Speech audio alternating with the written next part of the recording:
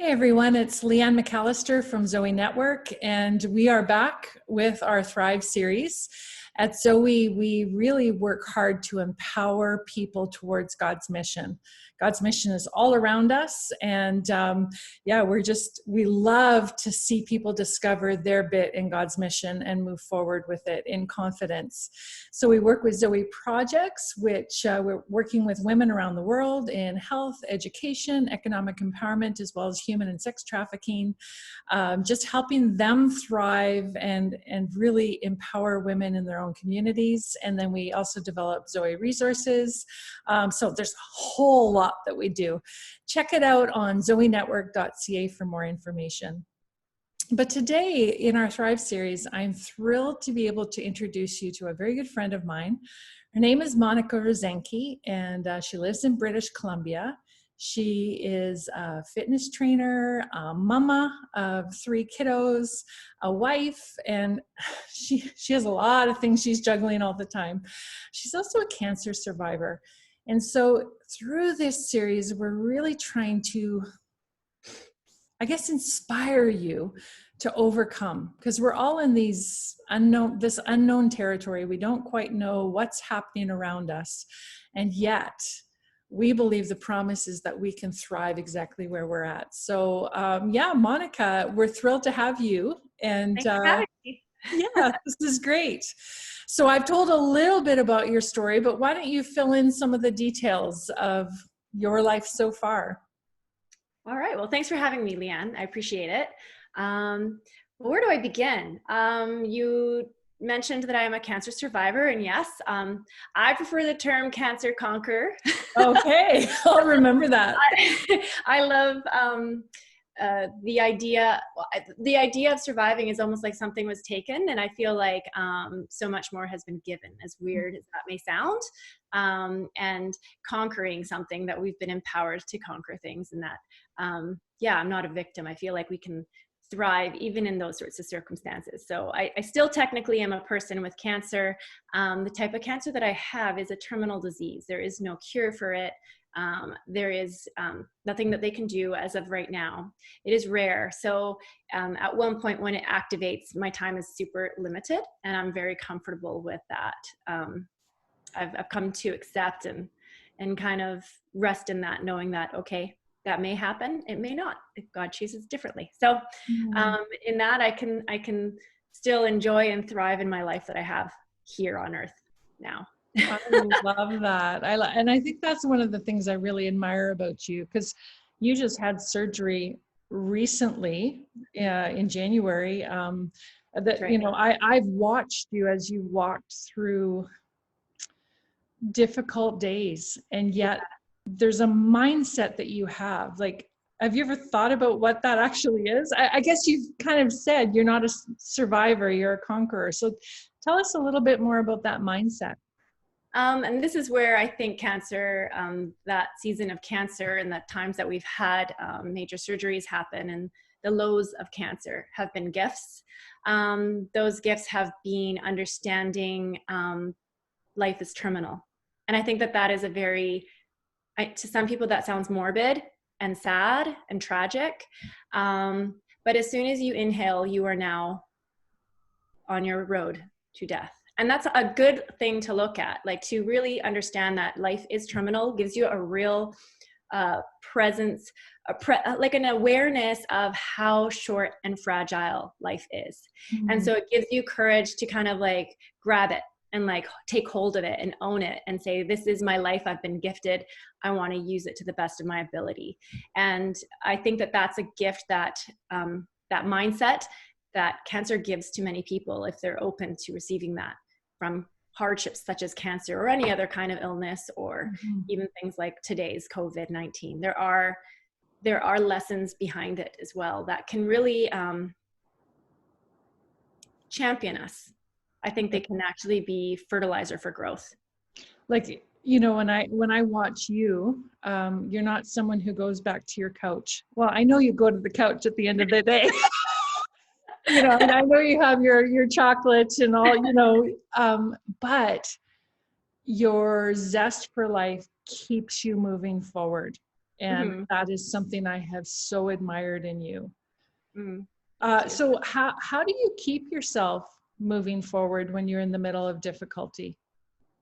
I think it's really important to hold space for your true feelings. So at the very beginning, obviously, of any hard news, whatever they may be, there's times when you're sad or discouraged or disappointed or frustrated. And it's okay to hold space for that. And I think it's important to do that because I really do value authenticity. And I think that that's a core value that I have. But I also don't believe in unpacking and staying there forever because it doesn't change your circumstance. So I've always looked at it as cancer, COVID-19, it's here. I can go through it positive or negative. It doesn't change the circumstance. And so that reminder of, okay, so I can be grumpy and negative and upset about cancer, and that's okay. You don't have to fake it through those Mm-hmm. feelings. But I also don't think it's helpful to just stay there forever. And it's very tempting too. There are days definitely when you're like, you want to feel sorry for yourself, but there's no sense in staying there forever. It's not helpful. And so then also the same thing about choosing the positive, choosing to see, okay, what are some things that I can learn from cancer or COVID-19? What are some things that I can grow into? What opportunities are there for me to expand in my thinking and in my mindset and in my life that maybe I can take as gifts instead of, bad news, right? I so relate to that because there's sometimes, let's just talk COVID-19 right now. Like there are moanings. Yes, there's mornings when I get up and moan, but I get up and I'm just cranky, and and but all my cranky, all my moaning, all of my whatever, my frustration, my disappointment, my whatever, is not going to change the reality that I'm homebound right now. You're homebound right now. And yeah, that's huge. Now, is that something that you just decide, or do you like give yourself a little time period to moan for a while and then go, okay? I do actually give myself some time to. I remember when cancer came back after 20 years. So I had originally had a brain tumor, and 20 years later, we found a massive tumor in my liver. And this was quite serious again. And I now had 3 little children. I mean, Greg and I, our world was rocked completely. And I mean, that it's possibly going to come back, but you always go to your doctors not expecting those kind of news. And so for a while, I was just like really down. And I remember I had 3-4 days at home where I was just like in my robe, eyes were puffy, like obviously had been just crying. I'm trying to grasp, oh my goodness, what we're going through. And, at one point I recognized, okay, you're going to have to get out of bed this morning and make your kids breakfast and like slowly but surely just do one thing. Mm-hmm. I remember talking to God. I was laying in my bed and I'm looking at the ceiling, just like, I can't do this today. Like, I can't be a mom. I just wanted to just sit in my sadness. And I felt the Spirit say, just get out of bed. Get out of bed. That's the next thing you got to do. Just get out of bed and then just go wash your face. And it was just like step by step that whole day, which was, even just pouring the cereal in the bowl for my kids. And it just felt kind of like, okay, everything that I was doing that day, I was just dependent on the Spirit of God just giving me courage and strength to get through that day, even though I was sad. And then over time, as you start to accept the news, it's amazing how I think the Spirit also starts to show you the beauty in the ugly. Mm. So There give is in the us ugly. an example of that, because you've been talking about there's been gifts. Mm-hmm. Tell us about a gift that you've received because of cancer. I think right now I have a 16-year-old son. So we had, like, just the other day, we had a fight, and he was sharing his feelings and his heart, and it's not always pretty, right? When you have a 16-year-old, he's delightful. He's a wonderful kid. But I think as a mom, having the backdrop of cancer as my backdrop and the terminality of my life, I was even able to just kind of pause, remove myself, and see how beautiful it was that he could be 16 and experiencing normal 16-year-old questions, behaviors. And to some moms, to them, it's like, so annoying, he's 16. And I experienced that too, but I also have moments where I'm like, I am so privileged I get to see my son at 16. Yeah. Like, it makes me teary thinking those things, because I recognize that I may not always have that. So I have that with a lot of joy, and like, you get to just savor that. And this is where it's a gift, when you really recognize that your life is going to end at one point, which is everyone, it's not just me. That is a gift though, it's kind of always an awareness that allows you then to just savor the moment. It's very rich. It's like very full bodied, because to live life, it's all the beauty and all the ugly all together. And it gives it dimension. It's like a painting. There's depth to it. And you can really appreciate things when you have that backdrop. And it's not an easy backdrop to have, but it is also a gift. One of the things, there's so much I appreciate about you, but you and I have worked out together and exercised together, and here I am getting older, and things don't work like they used to or whatever. And you will often remind me and say, Leanne, it's a privilege to get older. It is. Don't ever tell us a little bit about that, because I just love your perspective with this.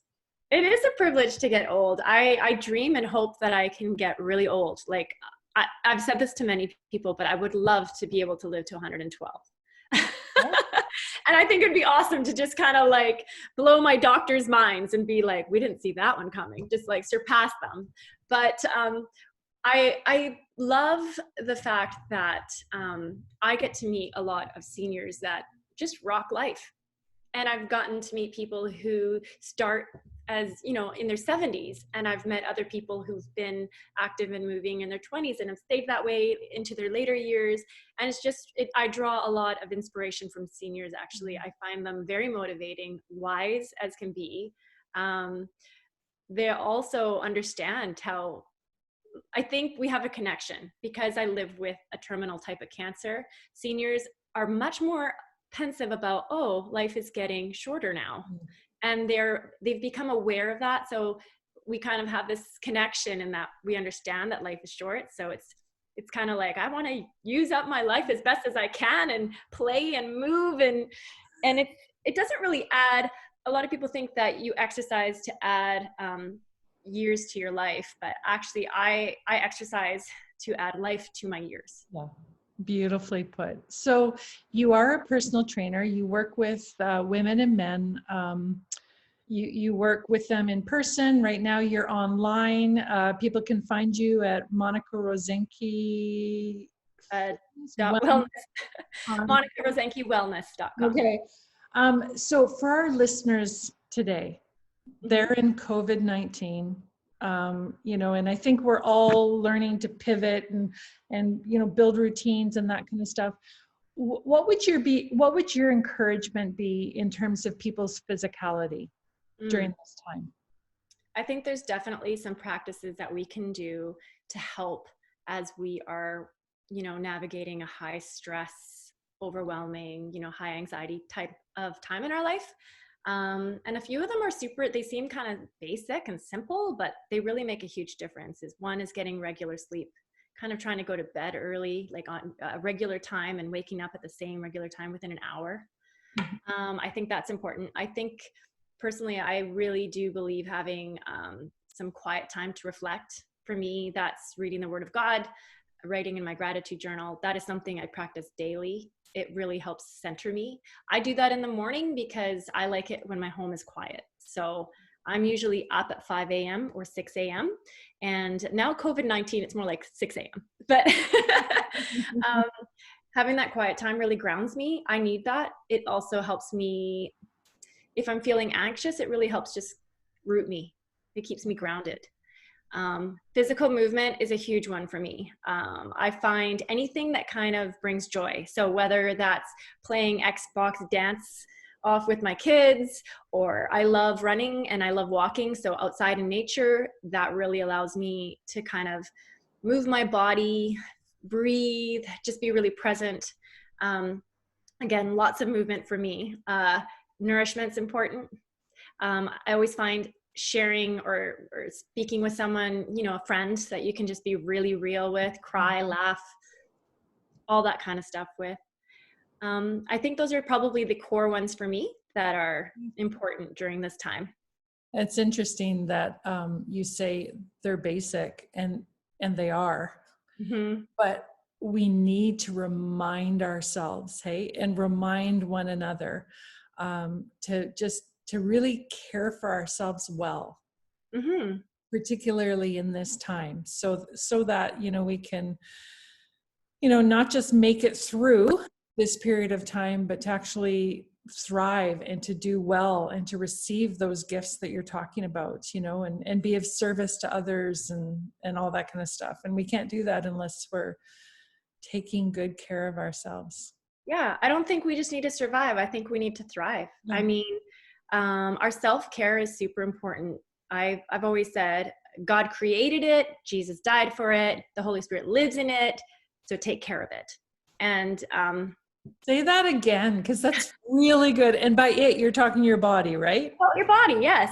That's, God created it, Jesus died for it, the Holy Spirit lives in it, so take care of it. I love that. So good. So Hmm. well, thank you so much for just spending a few minutes of time with us, and I, you know, people are going to be listening to this literally around the world, which is pretty exciting. And my hope that it will bring some encouragement. And I love how you overcome and you continue to overcome. And the way you live your life just shows God's grace that he has for us. And so I'm grateful. I'm grateful that you're in my life. Thanks, Leanne. Likewise. You're a rock star. Aw. Well, thanks so much, Monica. And thanks to everyone who's listening. If you want to hear more interviews like this, you can check it out on our social, Zoe Network, Facebook, Instagram, and of course, go to our website, zoenetwork.ca, and you'll hear more. Thanks so much. Take care.